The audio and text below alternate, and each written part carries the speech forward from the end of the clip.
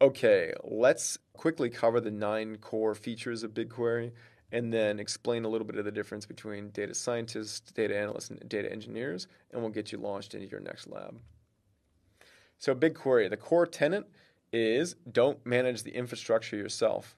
So if we haven't made this clear enough, if you don't want to be buying hard drives and managing that hardware, especially even if you have it perfect today, a year from now when you're processing half that data or 10 times that data, let the platform scale for you. And it allows you to focus on finding those insights yourself. Become really, really good, not as the jack of all trades, in managing your hardware and writing the queries and doing the job of 10 different people. Become extremely deep and proficient at mining those insights. And if you wanted to double down and continue to take these additional courses and pick up how to do machine learning, that's again along this ramp of really focusing on those insights instead of infrastructure. Okay, so BigQuery in a nutshell. So 9 key points here. So it's the fully managed petabyte scale data warehouse. It's, as you saw with the pictures, it's backed by Google data centers. The economies of the cloud mean that you pay for only what you consume, plus the cost of storage if you're creating those permanent tables. Next up, security. It is access controlled, and you actually, within your Google Cloud project, can manage access for members and groups and whoever needs to actually have access to your data sets as well. And we'll cover a lot of those in one of the data access modules as part of the third course. So your data itself, if you're more concerned with how Google is storing it, is encrypted and transport in at rest for your data centers and replicated.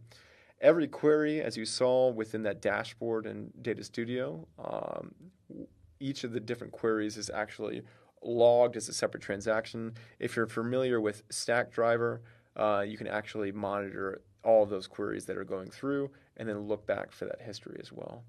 And the big benefit, as we mentioned this word a lot, is it's scalable BigQuery.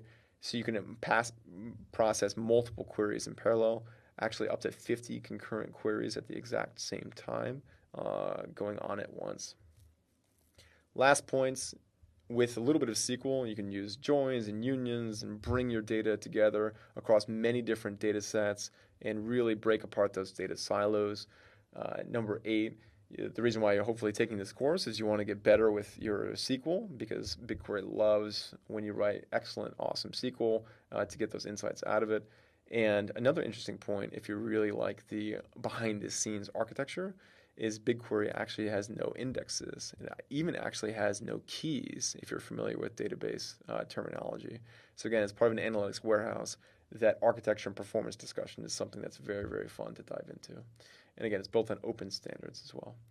Last but certainly not least, we're going to be using, again, the IRS data as part of this public data set for this particular course, but you don't need to stop there. Explore around and find pre-built queries and examples online of over 50 different data sets that are available for you to explore as well. So as I like to say, good artists copy, great artists steal. So if you find a query that looks good that somebody else has written, steal it, modify it, make it work for you.